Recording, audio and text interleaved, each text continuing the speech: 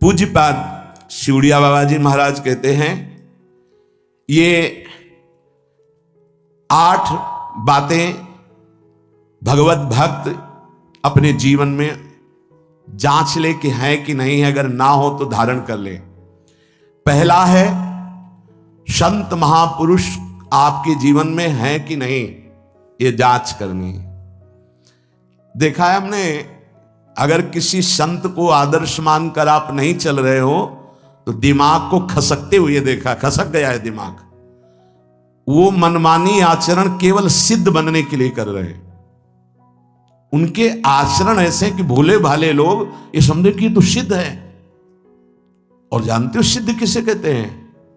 ब्रह्म भूता प्रसन्नात्मा न सोचति न कांक्षति समः सर्वेषु भूतेषु मद भक्तिम लभते पराम निर्माण मोहा जित संग दोषा अध्यात्म नित्या विनिवृत्त कामा द्वंद्व विमुक्ता सुख दुख संगई गच्छन्त मूढ़ा।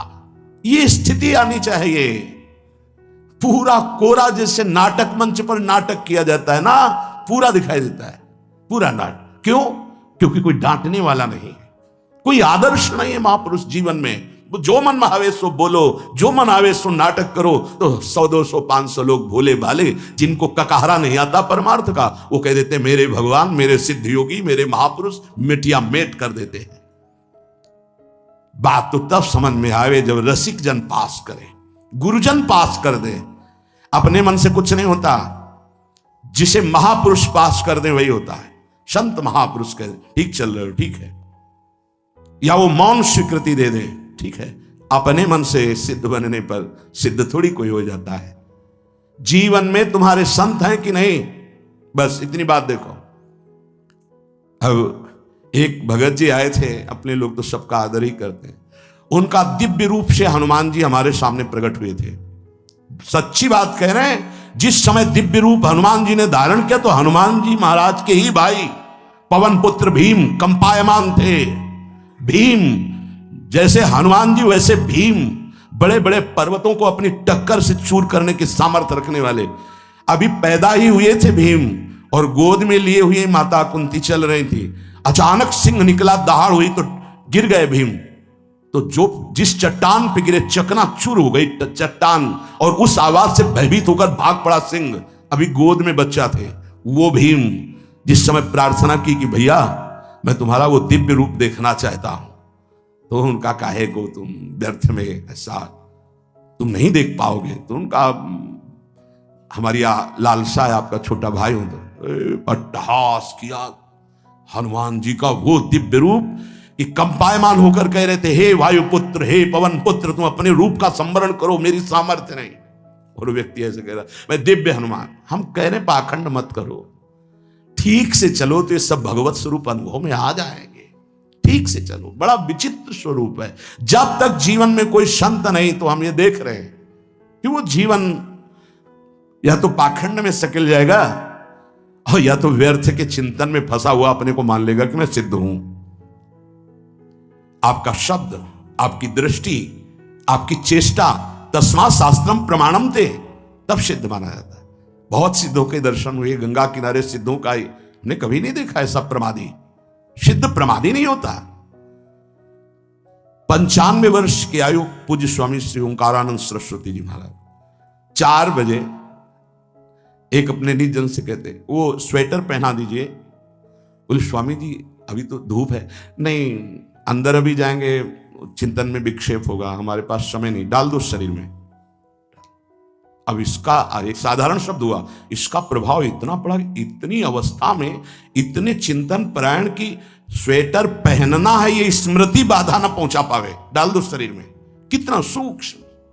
बड़े बड़े महापुरुषों को देखा है, अपने ब्रज के प्रेमी जनों को और ब्रह्मबोध संपन्न दोनों महापुरुषों को, किंचन मात्र कहीं भी कोई भी शास्त्र विपरीत शब्द नहीं, 1 सेकंड की चेष्टा नहीं पाई शास्त्र विरुद्ध।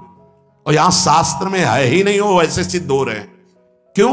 क्योंकि जीवन में किसी आदर्श महापुरुष का अंकुश नहीं। अगर किसी संत का भय तुम्हारे जीवन में नहीं है तो ये माया रौन देगी, पक्का समझ लीजिए। कोई महापुरुष तुम्हारे ऊपर अंकुश लगाने वाला हो तो इसीलिए जो देहाभिमानी जी होते भाग पड़ते हैं, क्योंकि उनकी सिद्धावस्था में वो बाधा पहुंचाएंगे। गुरुजन, असली सिद्ध बनो, नाटक नहीं तो भाग पड़ते हैं। और जो गुरुजनों की शरण में रहता है वो परिपक्व भगवत प्राप्त महात्मा बन जाता है। इसलिए पूज्य बाबा कह रहे, पहला, किसी महापुरुष का अनुशासन है कि नहीं। प्रगट में अनुशासन जरूरी है, प्रगट में अनुशासन जरूरी है। नारदानंद सरस्वती जी महाराज नैमिषारण्य के पीछे आए थे, कुछ परिक्रम उन्होंने बताया, अब वो पधार गए जो वहां के अधिकारी बनाए गए विवेकानंद जी। नए वस्त्र धारण करके आ गए। सदवई में मना है, यदि ऊपर का नया वस्त्र हो तो नीचे का पुराना और मलिन होना चाहिए। अगर नीचे का तो फिर ऊपर का पुराना मलिन, मैच नया, क्रीच एकदम, ये सब साधुता के कुछ नियम होते हैं, साधुता की एक मर्यादा होती है। तो वो दोनों नए पहन करके आ गए, भूल हो गई उनसे, देखा शिष्य। और नैष्ठिक ब्रह्मचर्य में सफेद कपड़े पहनाए जाते, तो और वो खिले हुए ऐसे बांधे, ऐसे सब, उनकी दृष्टि गई। लाख लाख जहां बैठकर सत्संग सुनते हैं, स्वामी श्री नारदानंद सरस्वती जी बड़े ही महापुरुष थे, अपार भीड़। और सत्संग के बाद 1 घंटा सबको एकांत चिंतन करो, क्या वहां ब्रह्म ज्ञान का सत्संग होता था। प्रातःकालीन बेला पे जैसे अपने यहां सत्संग होता है, वहां थोड़ा विलंब होता था, 5:30 बजे, जो निज जनों का। वो योग वासिष्ठ से कैसे तुम्हें बताएं, जो उस सभा में बस यही लगता है कितनी जल्दी देह रात छूटे और अपने स्वरूप में महापुरुषों का वचन का प्रकाश होता है। एक सत्संग होता था सामूहिक सब लोगों को, एक होता था पर्सनल, जो दिव्य साधक हैं केवल वही बैठ सकते हैं, अन्य नहीं। ऐसे पूज्य बाबा के यहाँ भी एक होता था पर्सनल ज्ञान का और एक होता था सामूहिक प्रवचन। तो उस समय सामूहिक सत्संग चल रहा था, काफी सब समाज लाखों की थी, देखा दूर से। एक शिष्य से कहा गौशाला में जाओ, गोबर को गीला कर दो। उनसे कहा विवेकानंद गोबर की छवियां भर करके यहां खड़े हो सत्संग के पास, वहां नन नच हो नहीं सकता। और गीला गोबर तो जो 2 घंटा सत्संग हुआ पूरा टप टप ऐसे कपड़ों में, पूरी हालत बिगड़ गई। क्या था ये? संत शासन। अब दोबारा वो गलती नहीं होगी, समझाने की जरूरत नहीं, अब समझ गए कि हमसे गलती क्या हुई। संत शासन नहीं है तो ये मन बहुत विचित्र है, बहुत विचित्र है। इसीलिए पहला, जो भी परमार्थ का पति को, चाहे ज्ञान मार्ग का, योग मार्ग का, किसी योग मार्ग की लौकिक ऊंचाई पर पहुंचे हुए कि गुरुदेव आए और उन्होंने कहा कि किसी कारण से शिष्य बढ़ जाए और अपने गुरुदेव की अवहेलना करे तो उसकी गति क्या होगी? उनका दुर्गति। दुर्गति, दुर्गति के सिवा उसके आगे कोई शब्द नहीं है। गुरु को पीड़ा है और शिष्य परम पद में पहुंच जाएगा? नहीं नहीं, ऐसा नहीं हो सकता। अनुशासन अत्यंत आवश्यक है। किसी भी वैभव या लोक व्यवहार या लोक मान्यता बढ़ जाने पर अपने गुरु का अपमान, गुरु की अवहेलना, तो उसकी दुर्गति पक्की। देखो, ये मन है, ये इंद्रियां हैं, ये अहम है, ये केवल गुरुदेव से ही वश में आता है, दूसरी जगह नहीं आता। क्यों? क्योंकि दूसरी जगह उत्तर देने का अवसर है। दूसरी जगह हम नहीं मानते तुम्हारी बात, लेकिन वहां ना उत्तर है और ना नहीं मानते, केवल वहां मिटना ही मिटना है।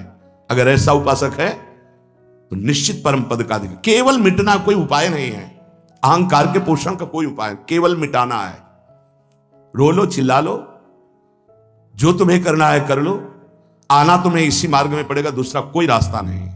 बलिहारी घेर करके नष्ट कर देते हैं हमारे मन की मनमानी को, हमारे अहंकार को। इसलिए जीवन में प्रगट में जिनके जीवन में संत हैं और वो स्वीकार करते हैं उनका अनुशासन, उन्हीं का जीवन प्रकाशित होता है, पक्का समझ लेना। दूसरा, भागवतिक मार्ग में चलने वाले उपासक को सांसारिक पुरुषों की मित्रता करके उनकी संगोष्ठी में नहीं बैठना चाहिए। इस बात को बहुत अच्छे से समझ लो। सांसारिक पुरुषों की जो वृत्तियां होती हैं उनमें बड़ा आकर्षण होता है भोगों का, प्रपंच का। जो साधक भ्रमणशील हैं, अगर वो गृहस्थों के यहां जाकर उनकी सैयाओं पर सोते हैं तो उनकी दुर्दशा क्या होती है चित्त की, वो खुद अनुभव करके देख ले। आज तो शास्त्रीय पद्धति को समझा ही नहीं जा रहा। जब बड़े बड़े सुभट गंगा किनारे त्याग, वैराग्य, ज्ञान की मिले ना, तो आगे का रास्ता खुलता चला गया। सांसारिक पुरुषों के समुदाय में बैठना था। वो तुम्हें भगवान कहेंगे, ईश्वर कहेंगे, अवतार कहेंगे, उनको कुछ ज्ञान नहीं। आप मान बैठेंगे अपने को भगवान, अपने को ईश्वर, अपने को अवतार मानिए, तो आप जो अवतार है ना, ईश्वर है ना, भगवान है, उनसे विमुख हो जाएंगे। यहां जो भी अवतरित हुए हैं भगवत पार्षद, वो सदैव दैन्य ही रहे हैं। आप देख लीजिए, उच्च कोटि के महापुरुष चाहे जितनी ऊंचाई पर चढ़े हों, सदैव भगवान की ही स्थापना की है। भगवान के नाम की, रूप की, लीला की, धाम की, भगवत महिमा की स्थापना की है, अपनी नहीं, अपने पार्थिव शरीर की नहीं। ध्यान रखना, जितने महापुरुष प्रकट हुए भगवान की स्थापना की। अगर हम संसारिक पुरुषों का संग करेंगे तो कई तरह से हानि हो जाएगी। सत्संग हो रहा है, बस इतने जो चाहो बैठ जाओ। हमारा पर्सनल एकांतिक केवल गुरुदेव से संबंध है और उनके द्वारा बताई हुई उपासना में हमारा समय व्यतीत होना चाहिए। कोई हमारा मित्र नहीं होना चाहिए, अलग से संगोष्ठी नहीं होनी चाहिए विषयी पुरुष की, सांसारिक पुरुष की। तीसरा, किसी भी अपनी निंदा करने वाले के प्रति कभी भी बुरा व्यवहार बर्ताव नहीं करवाना चाहिए, क्योंकि भगवान प्रेरित करते हैं निंदा करा करके महान बनाने के लिए। ये शब्द याद कर लो। जब तुम्हारी निंदा होने लगे, प्रतिकूलता होने लगे, विपत्ति आने लगे, संकट सताने लगे, तो जान लेना कि तुम्हारी अध्यात्म की भूमिका उठने वाली है, पक्का। ये अध्यात्म की भूमिका उठना बहुत कठिन होता है। अध्यात्म का प्रवचन कर लेना बहुत सरल होता है, नहीं? हाँ, चमड़ी को चिकनी करके अध्यात्म का प्रवचन करने में कोई कठिनता नहीं, लेकिन चमड़ी और दमड़ी का राग मिटा दे, फिर अध्यात्म की तरफ चले, ये किसी फक्कड़ महात्मा का कृपा पात्र ही होगा, जो फकीर होगा, जिसने विश्व की समस्त भोग वासनाओं को रौंद करके अपने स्वरूप में स्थित हो गया। ऐसे महात्मा के संग के बिना अध्यात्म का रंग नहीं चढ़ सकता, और देखने को मिल रहा है।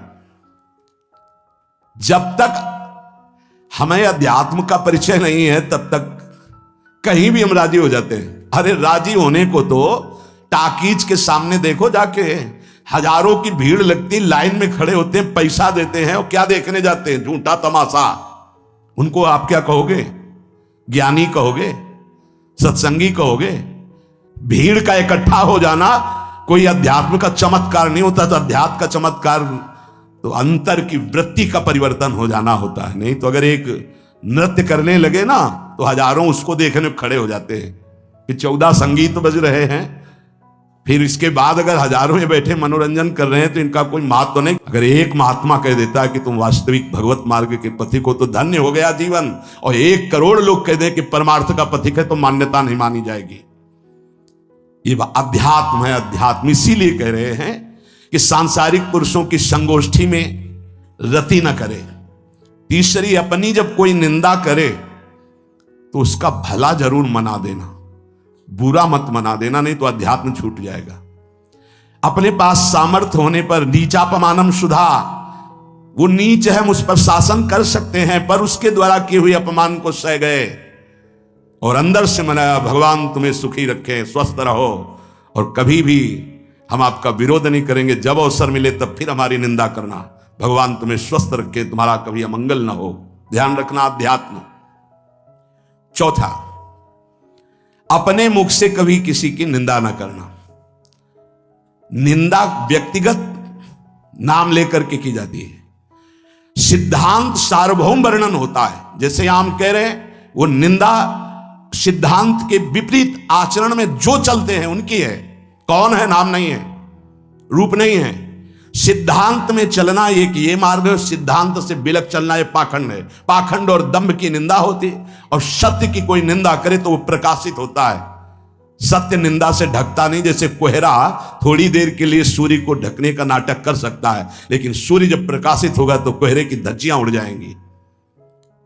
पांचवा, मान लेने की इच्छा का त्याग करके अपने समीप जो भी आवे, छोटा बड़ा सबको प्यार और मान देना। ये 8 अच्छे उपासक में सब लक्षण पाए जाते हैं। दूसरों को मान देने का स्वभाव रखना, चाहे छोटा बच्चा ही क्यों न हो। ये नहीं कि धनी मानी बड़ा आकर के धन राशि दे रहा है तो उसका सम्मान हो रहा है, और एक छोटा प्रणाम कर रहा है, उसकी तरफ देखा भी नहीं जा। नहीं, बच्चे से लेकर कोई भी, सबको एक ही प्यार की दृष्टि से देखना, भगवत भाव से देखना, अपने को मान रहित और दूसरों को मान देने का स्वभाव बना देना। छठवां, अपनी इंद्रियों को सदाचार परायण रखना। इंद्रियां ये सदैव व्यभिचार की तरफ भागती हैं। नेत्र व्यभिचार दोष, बार बार दूसरों के प्रति देखना आकर्षणकारी, कैसा भी दोष अंदर का भाव हो, नेत्र दोष, दूसरों की बातें सुनना श्रवणेंद्रिय दोष, वाणी से दूसरों की चर्चा करना वाणी, ऐसे हर इंद्रिय अपने व्यभिचार में जाना चाहती है। सदाचार परायण उपासक होता है। कल की बात है, कल चिंतन हो रहा था श्रीमद् भगवत गीता जी का। अगर उपासक में सदाचार इंद्रियों की पवित्रता नहीं है तो ढकोसला के सिवा कुछ नहीं रहेगा। ये अच्छे से समझ लो। इंद्रियों का विलास चल खुला दिखाई देता है, खुला एक दृष्टि होती है, उसमें दिखाई देता है। अंतर में ब्रह्म बैठा हुआ शांत मौन है और ये समझ नहीं पा रहा, केवल नाटक पे लगा हुआ है। अपना मन, अपनी इंद्रियां यदि संयम में नहीं है, सदाचार में नहीं है, तो ढकोसला ही है, आडंबर ही है, नाटक ही है, पक्का समझ लीजिए। अगर वो संयमी नहीं है, जितेंद्रीय नहीं है, मनोनिग्रही नहीं, तो अध्यात्म क्या है? क्या प्रवचन हो रहा है? किस बात का प्रवचन हो रहा है? जो अनुभव हुआ उसका हो रहा है, शास्त्र सम्मत हो रहा है। जितेंद्रियता नहीं, इंद्रिय निग्रह नहीं, मनोनिग्रह नहीं। छठवां, सदाचार परायण, अर्थात इंद्रिय और मन शास्त्राज्ञा के अनुसार चले। जिसका इंद्रिय मनोनिग्रह युक्त समय व्यतीत होता है भगवत चिंतन में, वो महापुरुष है। अभी वर्तमान में ही है, चिंता मत करो, स्थिति जागृत होने में देर नहीं। बंद रखो अपनी खिड़कियों को, कहीं माया की हवा ना घुस जाए। सच्ची सच्ची तुममें बहुत सामर्थ्य, जागो। अगर झुक गए तो रौंद दिए जाओगे। एक एक बात अच्छे से समझ लो। मुस्कुरा के, प्रेम व्यवहार दिखा के, अपनापन करके फिर तुमको अधीन किया जाएगा। माया भगवती बहुत बलवती है, ऐसे करके फिर ऐसे प्रहार करती है, क्योंकि साधक बहुत प्रवीण है। ऐसे में अपने को बचा लेगा, लेकिन ऐसे में बचाना बहुत कठिन होता है। हमारी बात को समझ लेना, ऐसे में बचाना बहुत कठिन होता है, बहुत कठिन होता है। समर्पण का मिश, सेवा का मिश, अपनापन का मिश। हमारी इंद्रिय, हमारा मन बहुत धोखेबाज है, हमें कोई धोखा नहीं दे सकता। ये हमारा मन, हमारी इंद्रियां हमको धोखा देती है। साधु, साधक, परमार्थ पथिक, भक्त इस बात से परम सावधान। सदाचार और सरलता, संयम के साथ हमारा समय व्यतीत होना चाहिए। किसी के गवाही की जरूरत नहीं है, किसी के प्रमाण की जरूरत नहीं। आप खुद अपने हृदय की भूमिका को नाप लीजिएगा, कितनी ऊंचाई पर चढ़ रहे हो आपको खुद अनुभव में समझ में आ जाएगा। जो इंद्रियों का गुलाम, मन के द्वारा भ्रष्ट आचरण करने वाला है, कुछ भी हो, कोई भी हो, कहीं भी हो, दुर्गति शब्द से ही संबंध है। जीते जी दुर्गति, फिर फांसी ऐसी लगे तेषम दुख न हो। सच्ची मानना, जब गलत हो जाता है आचरण, तो अपना मन अपने को कहता है नष्ट कर दो, ये जीवन किस काम का। होश में हमारे शब्दों को ध्यान से सुनना।